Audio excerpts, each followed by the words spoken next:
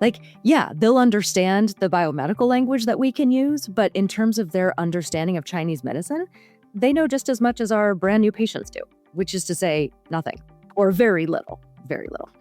And so, they're not coming in for some advanced course on Chinese medicine. So just keeping it simple, using the research that's out there, acupuncture can stimulate the release of endorphins from the brain. I'm Michael Max, and this is Qiological, the podcast that curates East Asian medicine and methods through the power of conversation. Running a business is a self-cultivated practice that's not for the faint of heart. It's a practice that will show you your weaknesses, deficiencies, and errors of thinking in short order. It will ask for your courage before you actually have it, demand of you the capacity to burn down your misconceptions, and show you on no uncertain terms the variety of ways that you hold yourself back, along with attitudes toward business and marketing that might be overdue for an update. Running a business will show you where you're fearful. It will quickly reveal where you're exposed and the myriad of ways that you can injure yourself by failing to do due diligence. It will demonstrate to you that power is real, and there are smarter ways of dealing with it than attempting to fight it directly or allow yourself to be a target. When you are your own source of income and support, the false dichotomy of labor and management, it quickly unravels. Notions of what is fair and right are determined by a marketplace that functions on self-interest. This is a reality that will give you a masterclass in human character and interaction. You can take this as a cynical and negative comment on human nature, or you can take this as an important line of code from the operating manual on humans and behavior. When you're responsible for the income you generate and the way that you are in the world that generates it, you'll over time be disabused of earlier notions about how the world should work. Running a business is truly an exercise in cultivating equanimity and building the capacity to bear witness to what is. In the beginning, you'll have plenty of erroneous ideas about what it means to have a business. You might mistake how running a small business is the same as a multinational company that you dislike. Business is a perfect projection screen for the shadow. It's not make-believe, and while there are aspects of game theory, it's not a game. Running a business will teach you right from wrong. It will show you where your theories don't hold water. It will demand that you change and get better on a daily basis because it's a relentless teacher, and it will make you reconsider much of what you believe about money, power, and authority. Being the boss means you know when you're cheating. The very real possibility of failure keeps you awake to risk and reward, and you'll gain a capacity to ferret out both the lies of commission and omission. Having a business, it will ask you to work harder than you've ever worked before. It will show you that time spent on a project does not equal progress, that failure is built into the process, and your ideas of success will mature in time as lessons learned hone your perceptions, skills, and ability. A business is both a way to create a livelihood of your own choosing and a mirror that will reflect back to you your shortcomings and mistaken ideas, as well as give you a canvas for your creativity. It's an opportunity to see what you're made of and a crucible for distilling and refining your vision and capacity. Sometimes you get lucky breaks because you're in the right place at a potent moment and you say, yes. That's what happened for Elie Cole, and it turned her struggling practice into a conveyor belt of referrals from Western medicine docs that filled her schedule, and it continues to do so. It's not a fluke either. You too can tap into this stream of patients who Western medicine colleagues will be delighted to send your way. If you're looking to up your business game a bit, I think you're going to really like this one. These conversations come to you through the generous support of our sponsors and members. Blue Poppy, your new one-stop shop, has speedy shipping options on everything that you need for your clinic. It's Women's Health Month at Mayway Herbs. Check out their new website for learning resources on helping women with herbal medicine.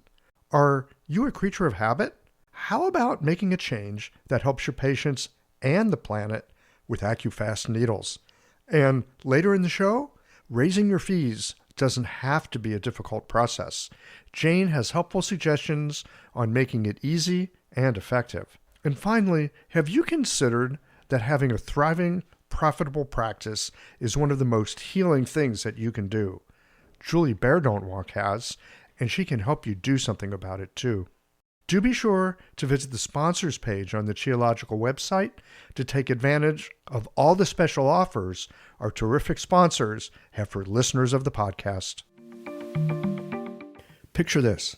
Your clinic is buzzing with patients, and then you realize that you're down to your last box of needles. No need for panic, because Blue Poppy, your one-stop shop for all your acupuncture needs, they ship orders received before 3 p.m. on the same day.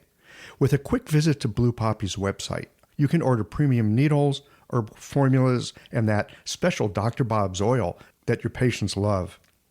Blue Poppy understands practitioners can't keep patients waiting. That's why they strive to get you what you need when you need it. From high-quality Chinese herbs and formulations to acupuncture supplies and clinical essentials, Blue Poppy has served practitioners for nearly 40 years with products that meet the highest of standards. Discover everything Blue Poppy has to offer by visiting www.bluepoppy.com, and don't forget to subscribe to their mailing list for exclusive offers and more. Hi folks, I'm Yvonne Lau, president of Mayway Herbs. May is Women's Health Month, and as a women-owned and women-run business, we especially love how Chinese medicine can support wellness through every stage of a woman's life. So in this month's newsletter and podcast, we're covering topics like PMS, pregnancy, menopause, and osteoporosis.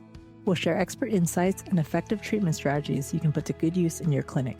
Our Plumflower brand line includes herbal tea pills, tablets, extract granules, and organic herbs, all of which you can find on Mayway.com. And where you can also find articles, videos, and other resources to support your practice. Since 1969, Mayway has been a trusted source for high-quality herbal products. In these challenging times, please know that we remain committed to keeping our products accessible and affordable so you can take care of yourself and your patients. As always, thank you for supporting Real Chinese Medicine. Daily habits and routines feel comforting, familiar, easy, automatic. That's the power of repetition. You've worked out the kinks and can do it with your eyes closed. But what if you shook things up? What if you ditched the old routine and tried something new? Hi, I'm John Sten. I've practiced acupuncture for over 30 years, and together with my wife Kelly, we created the world's first eco-friendly acupuncture needle. The AccuFast earth-friendly needle system cuts your packaging waste by 60 to 90%, depending upon your needle type, speeds up your needling, gives you more control, and best of all, while you're healing patients, we plant a tree for every 2 boxes your clinic uses. Thousands of acupuncturists have already made the switch. In just the last year, they've helped plant over 16,000 trees. Since we started, that number has grown to over 50,000. So break the routine. Be the change. Visit acufastneedles.com. Your patients and the planet will thank you.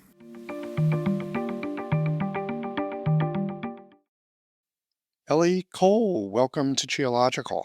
Thank you, Michael. I'm so happy to be here. Delighted to have you. We've had a little bit of email back and forth.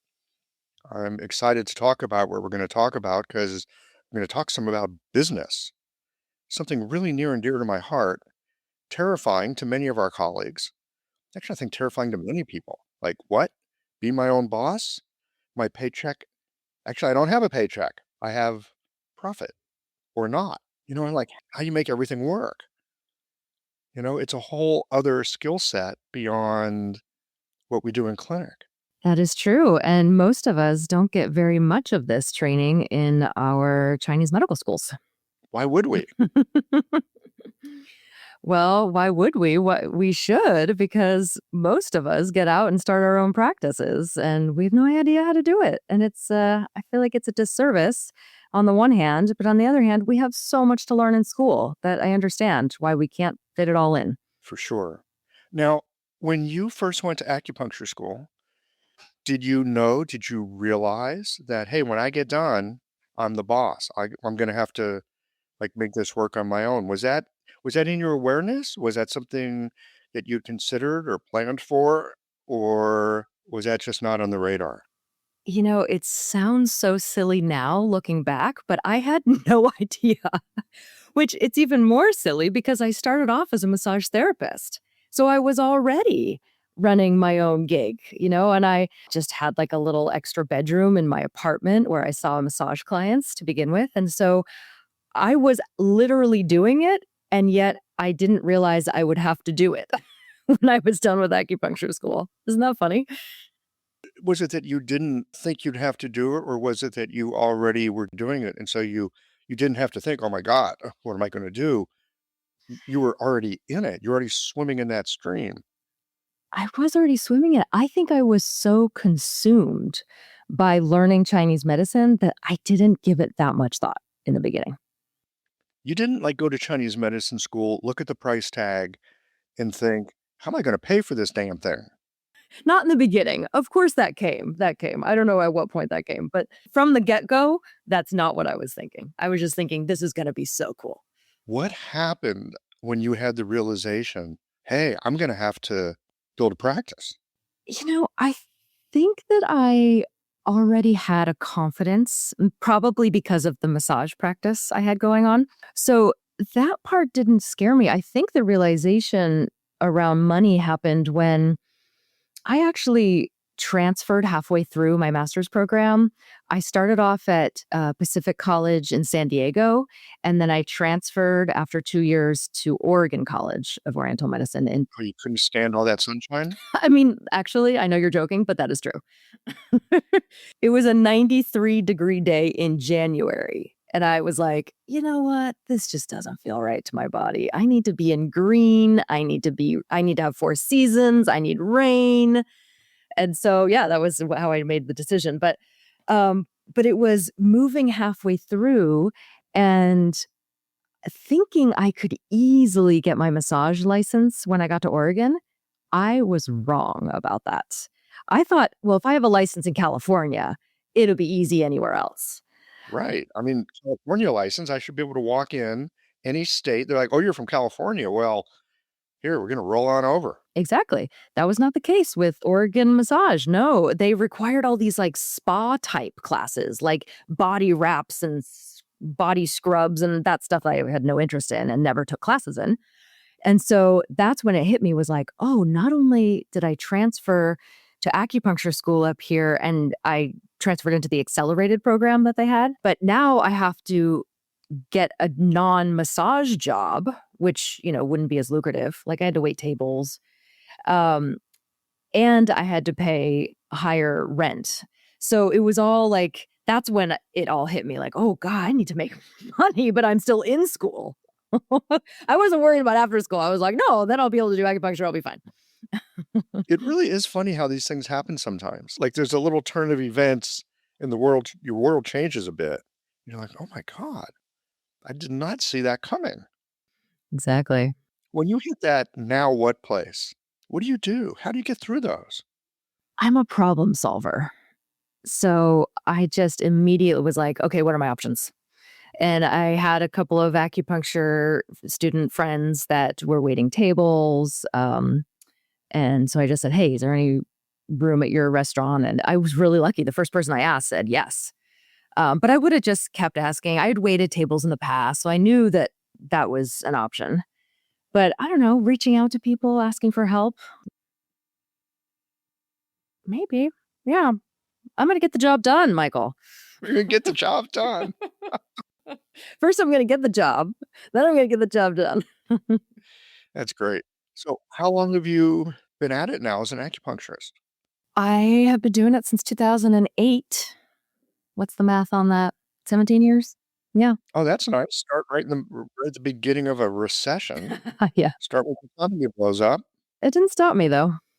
How did you get that acupuncture practice up and going? Well, so I eventually did get my massage license while I was still in my acupuncture program. While I was still in school, just maybe the last year, the last 6 months, I can't remember. I walked into this little day spa that was in a cute little neighborhood, and I was like, "Hey, I am gonna get my acupuncture license, sometime in the near future. I currently have my massage license. Do you have any room for a massage therapist who is going to be turning into an acupuncturist?" And the woman who owned it, she said, "Yeah, absolutely. This sounds great." And so I started doing massage at a little day spa. And then, eventually started doing acupuncture there. The woman who owned it, Nancy, she was an esthetician and she was a hard worker like me. Like we were the first ones there in the morning, last ones to leave. The other massage therapists, God bless them, but they are not always the hardest working. No, let me say it this way. They don't love long hours, which is understandable because it is very physical work. But all the massage therapists who worked in that place with us, if it was a sunny day, they might cancel their clients. Wait a minute, wait a minute, wait a minute. Now, I get it. I used to live in the Northwest. I remember when sunny days came out in the middle of winter, we would go to lunch and then we wouldn't, come back. But he understood that. It was cool, but that's when you're working for somebody else, not when you're working for yourself. It's a really big difference. I think it is. It is. It absolutely is. And so it really it kind of annoyed us. I mean, I wasn't the owner of the place, but it annoyed me because I just think it wasn't the right thing to do for clients. Would you call that unprofessional? I would. Yes, I would. Now, granted, they didn't do that in summer because summertime here is always sunny. But it was that, like you just said, it was that one sunny day, in early spring where we're just like dying for the sun, right? So, after a while of working together with Nancy, this esthetician, and both of us, having a similar work ethic, we decided, hey, do you want to take this little day spa, which also had a hairstylist in there, which was, loud and messy to have a hairstylist.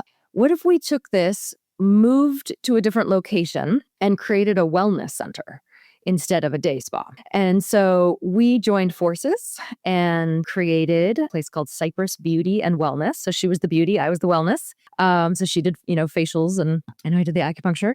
And we ended up having a bunch of rooms and we rented out to a chiropractor, another massage therapist, and a talk therapist, a hypnotherapist. We had, a bunch of people working there and still going today. I ended up working with her for about 5 years, I believe. Then I realized, it is a lot of work to manage a place, a wellness center. It's a lot of work.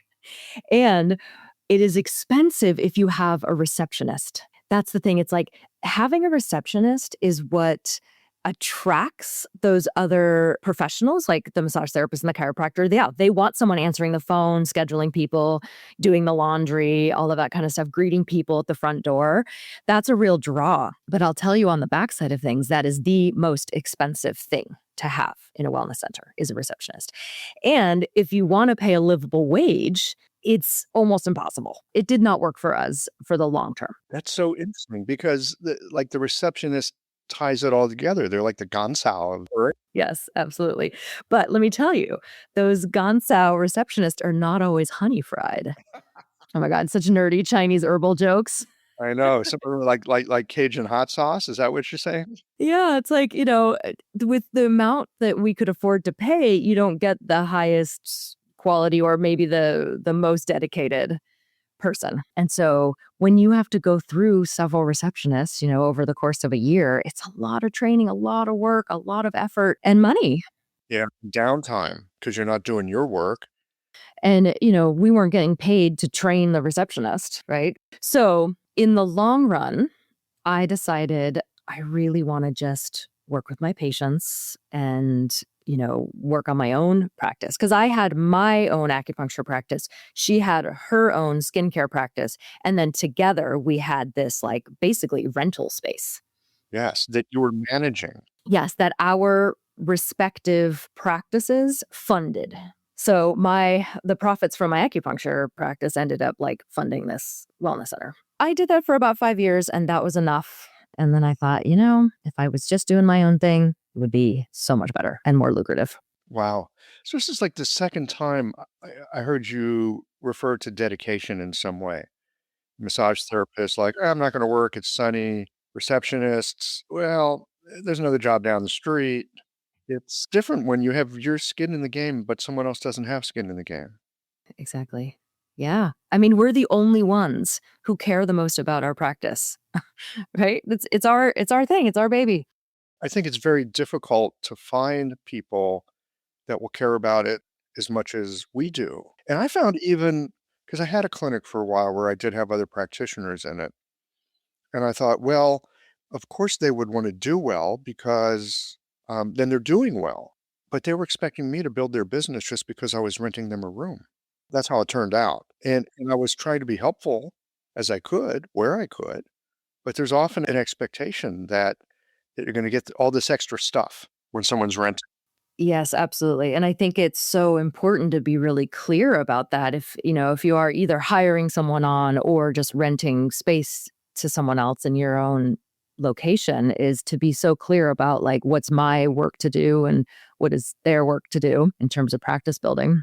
So let's talk about practice building. It seems like there's two sides to it. There's the building or the practice. There's the retention of the patients. When I hear people talk about patient retention, I always get a little bit nervous. Like, are you trying to turn them into a patient for life? And some people do. And some people are like, yeah, you should come for acupuncture once a month because, like, you should. And then there's others that are more like catch and release. Like, we're going to do a piece of work and then get the hell out of here. Yeah, I mean, I like a little in between zone where it's like I'm goal oriented, so I want to work on their chief complaints, get them back into balance and then send them on their way. I do often say to my patients, like, you do not need to come forever, and I think that actually puts a lot of new patients at ease because they'll think like, oh my God, do I have to come here all the time? And most of my patients, as I'm sure yours say too, they say like, oh my God, I never want to leave here. I love this table. It's the most relaxing place. They love acupuncture, of course. They're not in a hurry to get out of here, but they've got other things to do with their lives. So I want to move them on their way.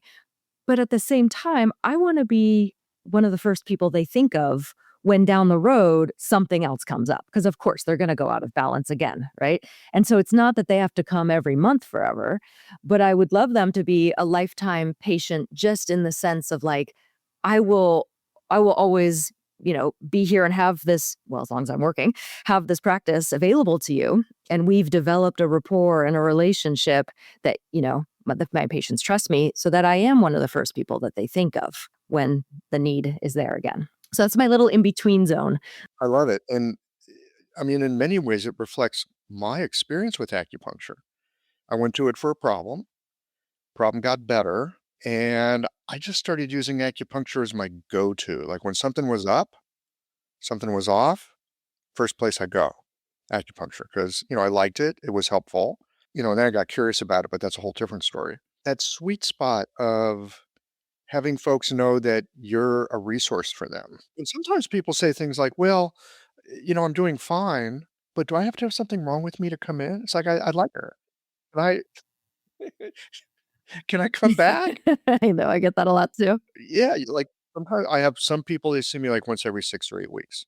Or if something's up, they come sooner, but in the same way people go to get a massage or they take care of themselves, or they go to the gym or whatever, sometimes people will come in because, "Oh, that dude can turn my brain off. That's cool." Yeah, I mean, we are the original preventative medicine, right? That's always my answer when someone says, do I have to have something wrong with me to come? Like, no, come in when you're feeling great and you want to relax and you want to just go to that deep aculand meditative place. And yeah, it's totally valid too. Yeah, it's pretty cool. So, how do you get new patients? What's your way of doing that? You're in a very crowded marketplace. You're in Portland, Oregon, right? I am. It's a very crowded marketplace. Yep. Yeah. Well, I'll tell you, I do nothing to get new patients. It is the doing of non-doing. No, it is the past doing that now in the present, it is the nothing doing. So you got a kick-ass word of mouth practice is what you're telling me.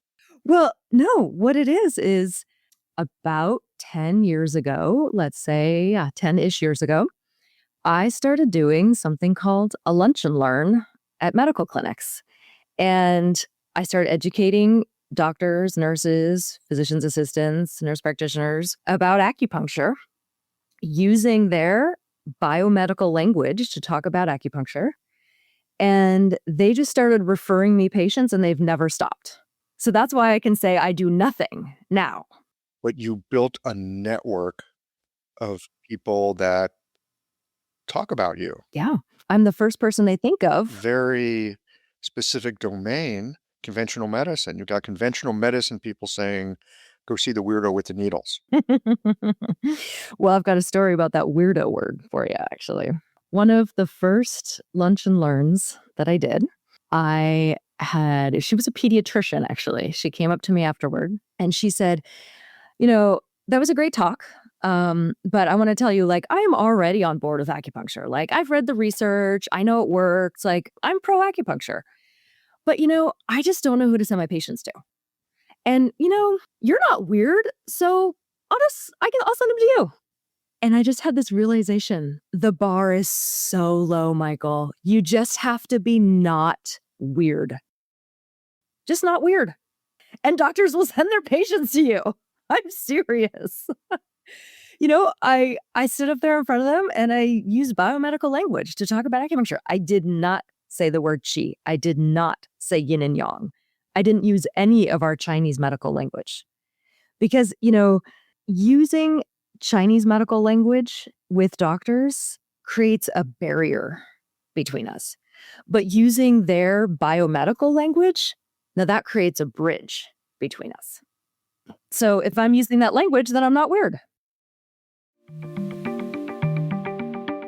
This episode is brought to you by Jane, the clinic management software that honestly just makes running a practice easier. Let's dive into something that's never easy, but sometimes necessary: raising your fees. It can feel awkward, right? But here's a tip that can really help.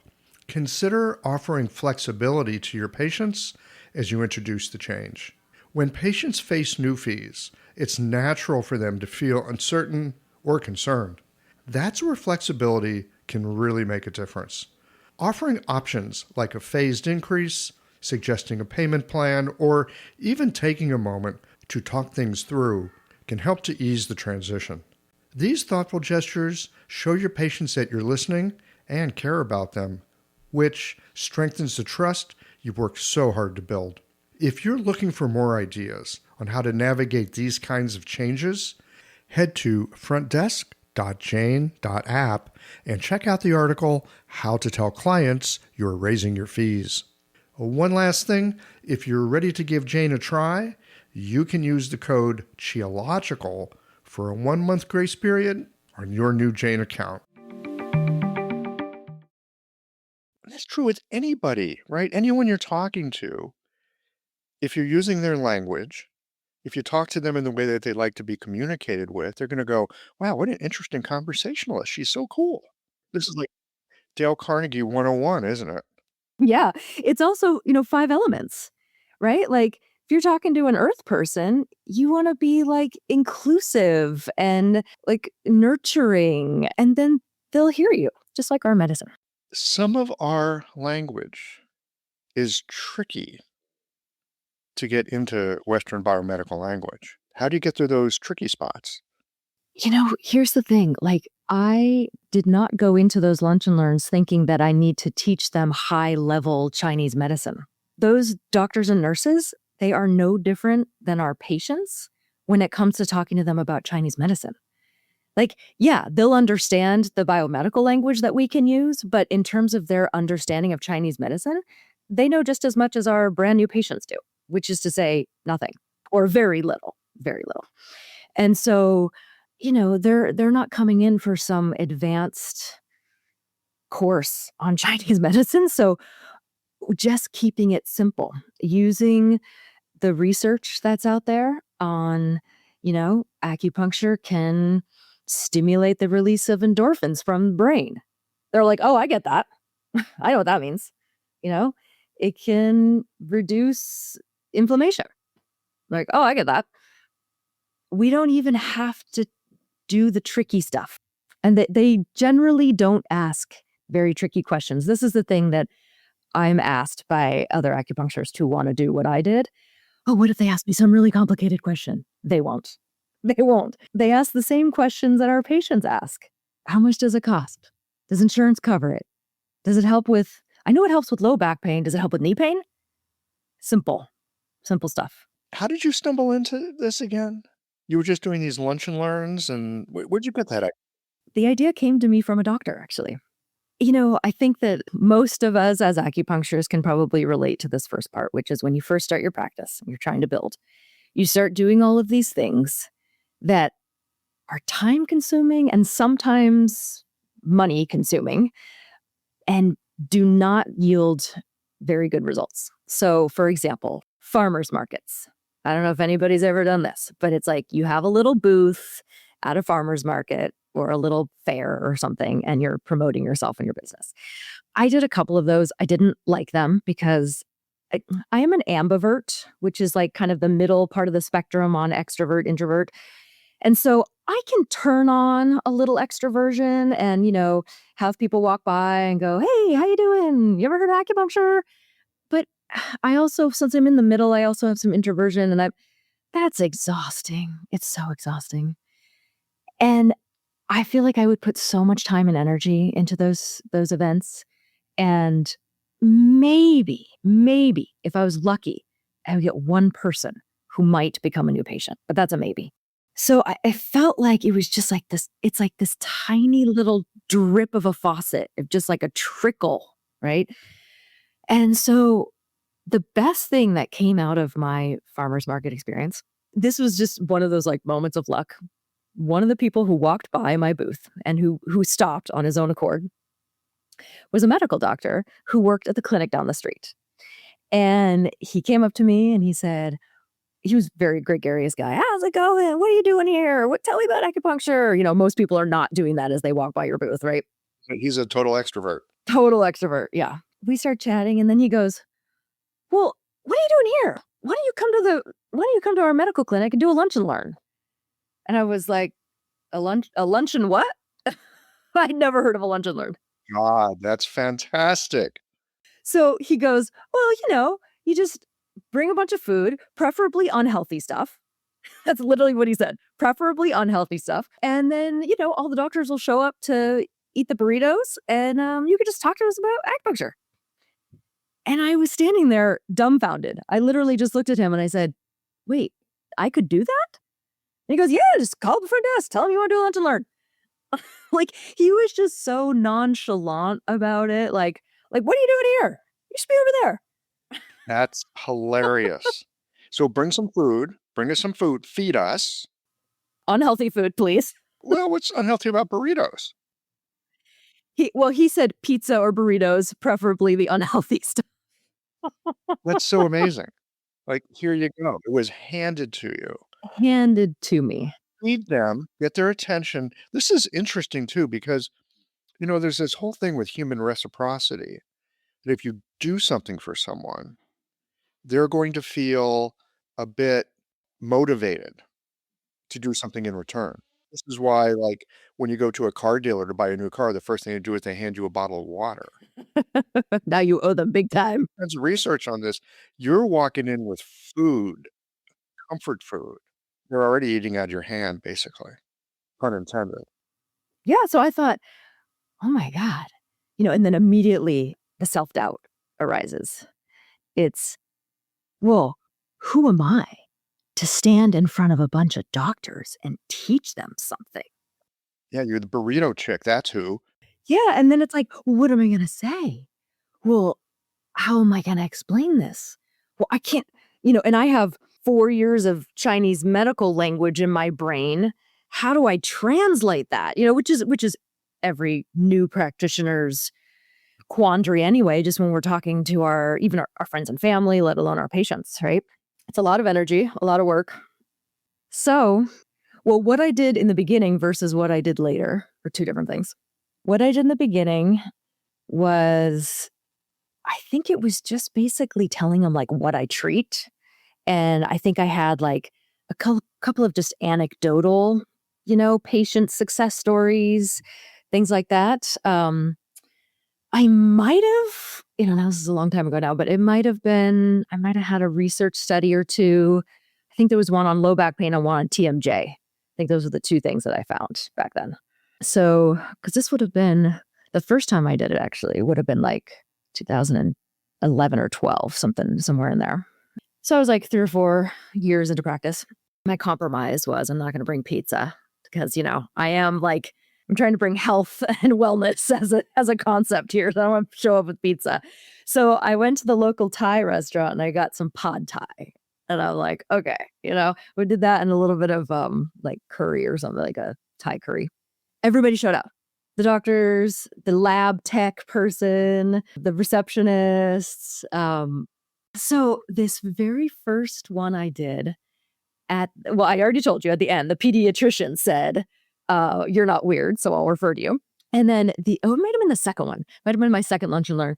There was a physician's assistant who came up to me afterward, and she was really like, I got to get all my patients off opioids. Because this was back then, right? And she's like, I've got to get them off it, but I don't know what to do. And like, you're my answer, basically. And so, yeah. And I hadn't even talked about opioids in my talk. I just talked about pain relief. And so she came up to me afterward and she said, you know what? I wish I'm going to create a conveyor belt from my office to your office. And I'm just going to start putting patients on it. It's like, oh my God. Like I literally could not have imagined a better response to me, like putting myself out there and doing this lunch and learn. I want a conveyor belt between our offices. Wow. They want and need us. I've got the image in my mind. It's wow. Big Amazon warehouse with conveyor belts and patients coming. It's just Yeah, they want and need us, Michael. They really do, but they don't know who to send their patients to because they don't want to send them to the purple crystal healer. They want to send them to the acupuncturist who can speak their language. yes. One of the things I found over the years, early on in my practice, I thought, yeah, my friends and my family, of course, are going to like send people like, oh yeah, I know someone who does acupuncture, and they'll refer me. It didn't happen. Why? I think I know why. They love me. We have a good relationship. They trust me, but like, you know, they're still unsure. They don't want to ruin a relationship with somebody they care about that might affect the relationship they have with me. Okay. Yeah. Too messy. I think that's one of the reasons why I didn't get referrals because it's cross-pollinated in a way that, if it goes wrong, if it goes bad, right? There's always that question in the back of your mind. What if this goes bad? It's going to look bad on me. So it sounds like partly you built a relationship and a trust with conventional medicine practitioners where they're not worried about like, why the hell did you send me to that strange person? Exactly. Because the patient's experience with acupuncture reflects on the doctor who sent them there. Exactly. If they send them to someone, I would say purple crystal healer, just as a joke, no offense to the actual purple crystal healers, but that's not what we're doing, right? We're doing something very legitimate. And the doctors want to know and trust that before they send their precious patients to us. 100%. And you just stumbled onto that. I stumbled onto it. Somebody just handed it to me. That doctor just handed it to me. It was a gift. I think the universe is generous. Sometimes we'll be handed something, right? And usually the first thought is like, holy shit, what am I going to do with that? Right? Like you're going, what am I going to say to him? Yeah. Yeah, it was a gift that required some courage on my part to actually receive. Because it was scary at first. It was scary. I didn't know what to say. I don't know. Like even just calling up the medical clinic, like, "Hi, it's just little old me here. Want to do a lunch and learn?" I learned to get easily confident with it when their response was, "Sure. What day would you like to come in?" "Oh, let me tell you this. Actually, the most number of doctors are here on a Monday. So you want to come on a Monday?" That was the response. Yeah. I was like, "Sign me up for Monday." I'll do Monday. I'll see you with pad thai. How many are there? Okay, I can do that. It's so interesting. I'm thinking back on my experience. I never did craft fairs and I didn't do farmers markets, but I remember doing some talks early on. And totally, it was stupid. It's like, let me tell you about the five elements. Like people come up and they go, well, that's really interesting. Thank you. And you know, nothing. It occurred to me, because I also did some of those, what do you call it? Health fairs. I think there's another piece to why these things, and some people knock it out of the park with these health fairs. I know a community clinic, the guys knocked it out of the park. I think because they had an acograph and they would send people home with a piece of paper. But for me, and I think for many people, I go to certain events and I see a medical practitioner hawking their wares, and the message to me is, I'm not busy. I think there's such a thing as anti-marketing. When we're trying to promote our services, on one hand, you want to talk to the right crowd, which you have dialed in. Oh my God. And on the other hand, you want to not do anti-marketing practices like show up at a health fair where you are seated next to the purple crystal healer. Exactly. Are you still doing lunch and learns? Do you still need to do that? I do not need to do that because whereas the farmer's market was like a drip out of a faucet of new patients, going directly to a medical clinic is like turning on the faucet full force and you just are like deluged with new patients. It's amazing. So I don't have to do that anymore, but I help other people do that. I help them figure out how to do it. So I created a marketing tool that is like, here's how you do it from the beginning to the end. Here's what you say when you call up the receptionist. Here's what you say when you are standing in front of the doctors. Here is a PowerPoint presentation that has every single thing that doctors want to know. Here are the customizable handouts that you will leave the doctors with. Here is the fillable form of like your progress reports that you send back to doctors once they actually refer you their patients because they want to know you're taking good care of them and that they're getting results. So here's the progress report. That's I had a woman long ago say to me, the fortune is in the follow-up. It really is. It's like they want to know, okay, I sent this person out to you. Now what? Right. And so if you can come back to them and go, you fax them back a report that says, thank you for referring, Jane Smith to me. Her back pain went from a 7 out of a 10 constant to a 2 out of a 10 intermittent over, 5 visits over 5 weeks or, whatever. Then crucially, at the end of that little progress report, it says, in addition to the pain relief that Jane received, she was surprised to find that her sleep got better and her allergies cleared up and her blah, blah, blah, blah, blah. All the beneficial side effects that we have on our patients. Right. Acupuncture is with side effects. Yes, the good stuff. And then that doctor who's reading that progress report, which, by the way, if a doctor gets a fax that has their patient name on it, they are required by law to read it, and it goes in their file. Oh. Yeah. So it will be read. Having a thriving, profitable practice is one of the most healing things you can do as a healthcare practitioner. Because a robust business is the ultimate expression of vital chi. And that's the heart of our medicine. I'm Julie Bairdontlock, and I help practitioners grow nourishing, profitable, authentic businesses that embody the generative cycle of Chinese medicine. This isn't about all yang all the time. It's about expanding your own internal capacity, growing collaborative relationships with your patients for ethical patient retention, and marketing as an extension of this medicine, not a necessary evil. You already know that everything is connected in your patients' lives and bodies. The same is true for your business. When we align your systems, your schedule, your pricing, and your offerings with you, we create flow, which means more spaciousness, more impact, and more joy. When you are in the flow, fully resourced in terms of chi, time, and money, your business becomes a source of healing, not just for your patients, but for you. Let's grow something rooted, radiant, and real. Visit lifeflowconsulting.com to learn more. My God.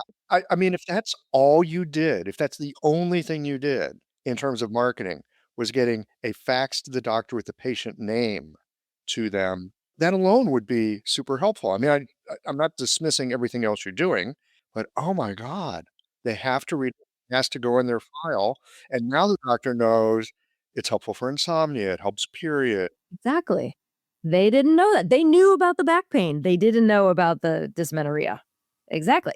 So now this is one of the things that I tell my students who are like, look, I am the biggest introvert you've ever met. I will never stand in front of a room full of doctors and give this talk. Right. And it's like, okay, fair enough. There are other ways to do this. And one way is to look at the patients you already have. Ask them if it's not already on your, intake form.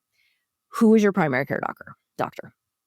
You make a list of all your patients' primary care doctors. Now, you'll find probably, if you live in a small enough place, maybe, that some of them overlap. You might have 3 patients going to the same primary care, right? So then all you have to do is send a fax to that doctor with a progress report. They didn't even refer you, that patient. They just happened to be your patient. And then you go, hey, just so you know, I am seeing one of your patients for acupuncture, and this is what we're working on, and these are the results. And if there's any questions you might have about the work I'm doing with this patient, please feel free to reach out to me. Or you could also say, or if you have any other patients that you think would benefit from what I'm doing, please feel free to reach out to me. Then you send enough of those. This doctor's going to be like, who is this Elie Cole person? Ellie, this is hilarious. We're in the internet age. I haven't had a fax machine for a couple of decades now. There's only one profession that still uses fax machines, Is that medicine? medical practices. Yeah. I mean, I have an electronic fax. I don't even have a machine. It's just an e-fax. But we can't, with HIPAA violations, you can't email, right? This is amazing. So many people are like, I'm using Instagram, I'm SEOing my website, I've got Facebook ads. No, actually, fax the doctors. Yeah. And guess what? It's free. It costs you, 5 minutes of your time per patient, maybe. And they're required by law to read it. Yes, they are. What advertisement is a person required by law to read? Exactly. Yeah. And you get, you send enough of these to one particular doctor, even if it's only, 2 or 3. And then that's a great opening right there. You can then send them something, go, hey, I'm noticing that I'm treating a lot of your patients. If you're feeling, going out for lunch sometime, talk about acupuncture. I'd love to know more about your practice. I'll share about what I do. Then you have a one-on-one lunch and learn, which is a lot better also for introverts or people who are just like not into public speaking. Yeah. So like in my little marketing tool, I have both like the main instructional guidebook, and then I have the introvert's guide. There's all these little tips and tricks in there. It's called Chinese Medicine Explained, and it is a blueprint for communicating with medical professionals. And I've done all the work. This, what it actually came out of? After I graduated with my master's in 2007, I practiced for about 7 years. Then I decided to go back to school and get my doctorate. So I graduated with my doctorate in 2016 from OCOM. As part of the doctoral program, we have to do a capstone project. And OCOM gave us 2 options. One option was to do a literature review on a particular topic. To me, that felt boring. It felt like I was just going to regurgitate what everyone else said on the particular topic, and it just didn't attract me. The second option was to write up a research proposal, not to actually, do the research. That would be too much, but just to write up a research proposal, like in a very detailed way. That also didn't appeal to me because I wasn't going to actually do the research. And so then it just felt like an incomplete project. I like completion. So I came up with a third thing because what I really wanted, I had a couple of intentions for my capstone. I thought if I'm going to spend a ton of time and energy doing a capstone project, I want it to be something that is useful for me and my own practice.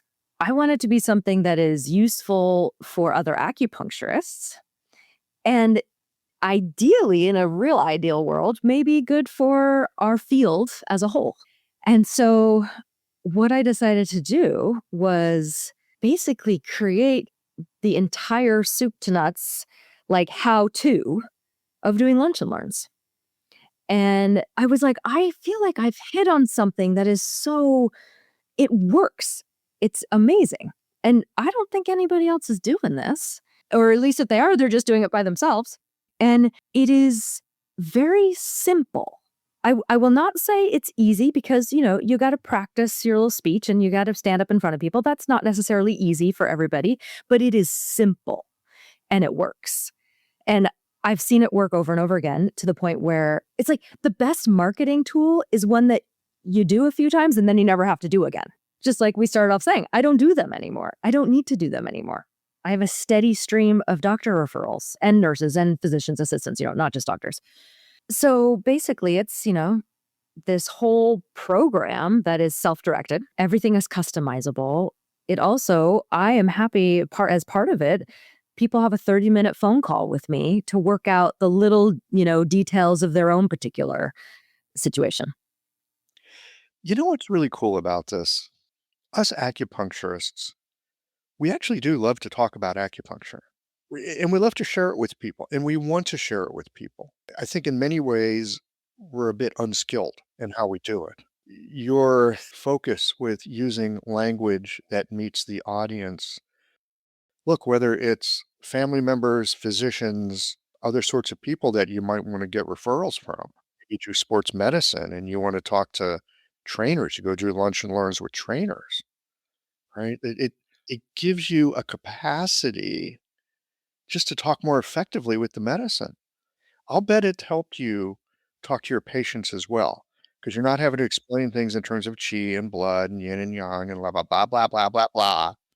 You can speak their language. I've got a question. I get it, you're an omnivert. I'm kind of an omnivert as well. But I also find that when I feel like I'm able to engage with people, I love talking to people. It sounds like, I can just imagine doing a few of these. And it's like, whoa, I've got a superpower. I've got a communication capability that I didn't have before. Yes. And, the thing that, it didn't stop me because I did it, but it paused me for a little while. And the thing that can often stop other people from doing this is this cultural phenomenon we have about putting doctors on a pedestal, that they are the gods and they know everything. And we're just little old us.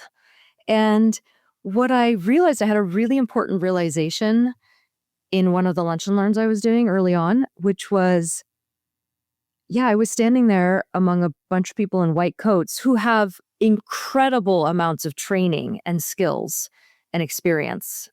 And I really honor that. But the fact was, I was the only person in that room who was an expert on Chinese medicine.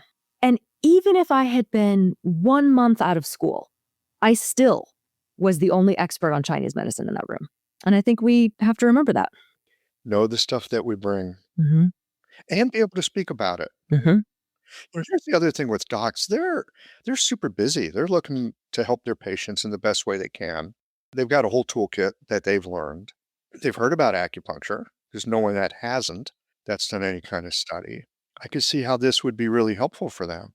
It's like, oh, I understand a bit more of how to help the people that come to me.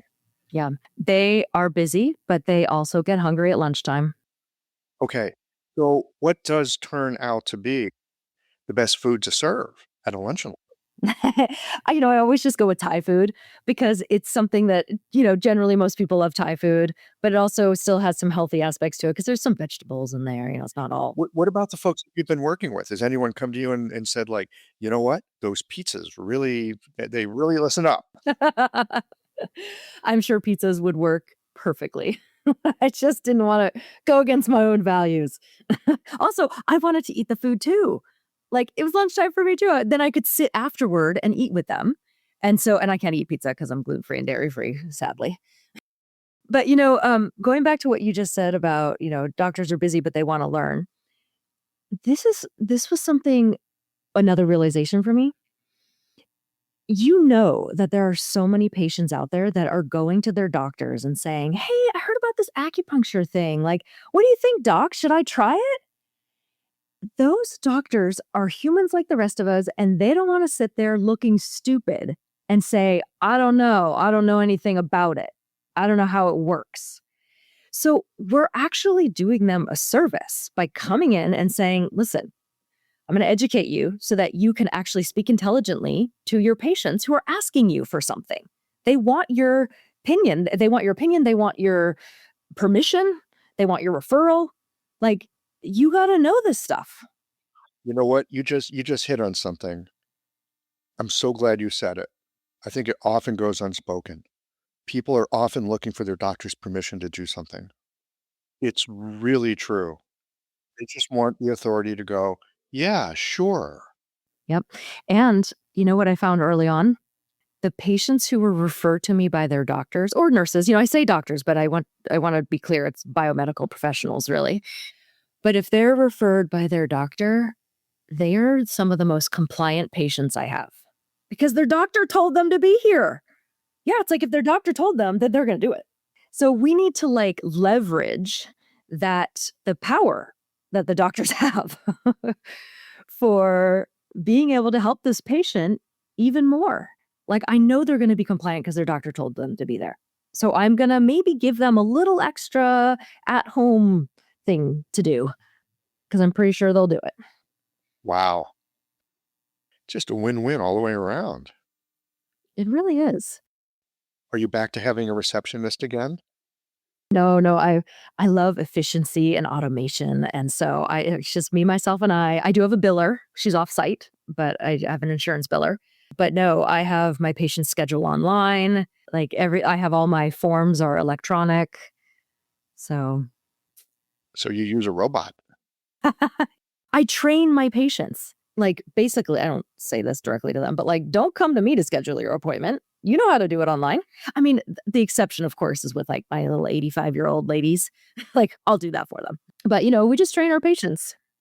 And most people are happy to do that these days because they got their calendar, they know they can go change it, they're in charge. The technology we have these days is extraordinary. How else are you leveraging your technology besides having a robot receptionist, a virtual fax machine? Yes, exactly. I don't want a machine sitting on my desk. You kidding me? Oh my god, I would if I was doing this, I would have a fax machine, and I would have, like, little tchotchkes around it to, give it some extra juju and, be like an altar place. The little laughing Buddha sitting on top of it or something. I have a laughing Buddha sitting I have big, fat, Exactly. wealthy Yeah, big belly. Buddha sitting on top of it. How else do you leverage your technology? I use electronic chart notes and I feel like that's so awesome because a lot of times you can just click like repeat encounter because it's not like, sometimes it's just a lot of similar stuff and then you just kind of edit in. So that's just like a big time saver. You know what I used to do when I had 3 rooms, it was like a little faster pace than I am now, is I had a iPad out in the lobby and they would put in like their chief complaint. They would like put what their pain levels were or whatever. And then that would get downloaded into my computer. So it made the intake a little quicker. I don't do that anymore, but that was pretty cool. I have my patients text me from the drive. Well, this was a COVID thing, like to not have a bunch of people in the lobby, but I've kept it where they text me from their car and then I'll tell them to come on in and, like by text. So that's also like a time saver. I don't have to necessarily greet them. I do often greet them at the door, but sometimes if I'm in with another patient, I can just quickly text them on my computer. Yeah, come on in. Room 1 is ready for you. I'll be in shortly. And that's a nice, easy, efficient thing. Wow. Yeah. Or if I know it's like a really slow moving patient, I'll text them back and say, get on the table and be all ready. So then they can be like laying on the table, their shoes are off, all that stuff. Then I can come in and do a quick intake while they're already there. Then I don't have to wait for them to get undressed and wait for them to get on the table. Oh my God, I don't have time for this. I love it. These tools that we have these days can be so useful, and I always enjoy hearing when people like yourself come up with a very simple innovation. "Hey, come on in, get on the table." You save 5 minutes here, you save 5 minutes there, another few minutes here and there. Now you can see an extra patient or 2 in a day, and you're not tired because you're not doing all the bothersome little things. Yeah, and even if you're not seeing an extra patient or two in the meantime, you're, finishing up on the chart notes from the previous person or getting yourself a snack or a glass of water, going to the bathroom, all those things you don't have time when you're busy. How many rooms do you have? Oh, now I just have 2. I used to have 3. Yeah, so you simplified your life a bit. Yep. I felt like I was a little too in fight or flight too often during my workday. Like just being too fast paced. And I thought, you know what? I don't want to do this. I want to calm down, relax a little. So yeah. I hear you. I did a similar thing a few years back. Rooms is a nice flow, and I don't need a receptionist. I too use a robot, and, it's nice. I don't have to deal with other people except my patients. Yeah. Those are the ones you want to deal with. I've got another question. Mhm. People that are maybe not out of school yet, but it's on the horizon. Are there ways that they can take some of what you teach here or what you do and like start to put it in place in the same way that you think about, oh, I've got to get my insurance and I have to get my licenses and I have to rent a space and I have to, think about this and that and get a bank account and an LLC and there's a million things to do. There's a lot to do, and still setting up an acupuncture practice is a lot simpler than many other businesses. But any thoughts for people that are in the process of going to become a practitioner, they can get a kinda head start on being able to do this? Yeah, absolutely. I was that person, probably doesn't surprise you. I was like taking business classes on the side, like health and wellness related business classes on the side in my last year of acupuncture school. And I'm so glad I did that because I just felt like by the time I graduated, I was just ready to get going. I wasn't like all of a sudden starting to figure out what I needed to figure out, you know, after graduation. I was like ready to go. In Portland, Oregon, we had 2 acupuncture schools and 1 naturopathic school. Now we have 1 of each. There was a naturopathic doctor from that school who teamed up with a business guy who had nothing to do with natural medicine. And they created this little series. I don't think it's offered anymore. I could be wrong, but it was called The Health of Business and the Business of Health. And it was these I want to say it was like 4 weekend modules. And like one weekend was all about operations. Another one was all about administration. The other one was, yeah, I can't remember all the things now, but Nuts and bolts. yeah, nuts and bolts. It was awesome because it was very specific to healthcare providers. So that was great. And they also, that was probably an initial influence on me of like how to talk about what we do. And not from a Chinese medicine point of view, but just to talk about health and wellness with patients. And, that there's like sort of acute phases and there's maintenance phases and then just that kind of thing. That was very helpful. But anyway, to answer your question, yes, there are absolutely things that people can be doing while they're still in school, especially with my marketing tool. Just getting the PowerPoint presentation that I've put together, that is all it's the presentation you'd give to doctors, which, by the way, I meant to say this, just a side note. Before I created this whole thing, I talked to maybe a dozen, 15, 20 doctors and said, what do you want to know about acupuncture? What are your questions? What do you not know? What do you want to know? Yeah, because I'm like, I didn't want to show up with answers to questions they didn't even have. Right? I wanted to answer what they actually wanted to know. Yeah. So that's what it's all based on. And like I answer all their questions. So just getting familiar with that information will absolutely help you even in clinic as a student intern, because as a student intern, our patients are also asking us, well, how does acupuncture work? What's happening here? Also, if they're going to a student clinic, maybe they're just, paying the student clinic rate, but maybe they want to know about, well, how does insurance cover this? Or, all this other stuff. So getting educated about that will help even in the student clinic. I think a really ambitious student could actually do a lunch and learn, not necessarily with the intention of getting patients, because they're probably still a ways away from actually getting licensed. But the intention could be, hey, I want to educate doctors. I want to be part of like helping the Western medical community understand what we do, because it's part of moving our field forward, right? That was one of my 3 goals of this capstone project was like, let's all help move our field forward. And part of doing that, I believe, is educating doctors about what we do and getting them on board. So an ambitious student could do a lunch and learn to just simply to go, hey, I want to educate you guys, and just to get practice for when they're really ready to do it in order to get referrals, right? So, and that's a low pressure because they don't, if they're like, oh, I totally screwed up or whatever, like it's okay because they're not trying to get referrals at that time. Be a practice ground. It's also a way to load up your student clinic hours. You could get referrals as a student. Now, you may not be getting them from like doctors at like a private clinic, but maybe if you went to like some community health place and educated their doctors, and they've got a whole crowd of people that need low cost health care, send them to the clinic. Absolutely. I mean, you could do it literally at a senior center where maybe it doesn't have to be so biomedical language heavy for those folks, but it still like is practice of public speaking. And, maybe the seniors might come. We had a lot of seniors at our student clinic because it was low cost and, all that. So yeah, that's true. I hadn't thought about that. Wow. So cool. So many possibilities. Well, Elie, this has been delightful. Absolutely. I enjoyed chatting with you. I've enjoyed listening to you chat with other people on your podcast. Thanks for what you do. I love business. I love seeing people be successful with their acupuncture business because number one, it's a great way to make a livelihood, and it's a great way to help people. We talk a lot about integrative medicine these days, and I often get a little nervous about that. But like, what are we giving up to become part of their system? I worry about that. But that's just me. That said, this is a way of integrating what we do with the conventional system, but it's all happening on our terms because they're coming to our office.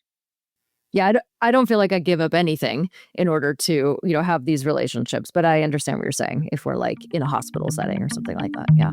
It's great. Thank you so much. Thank you.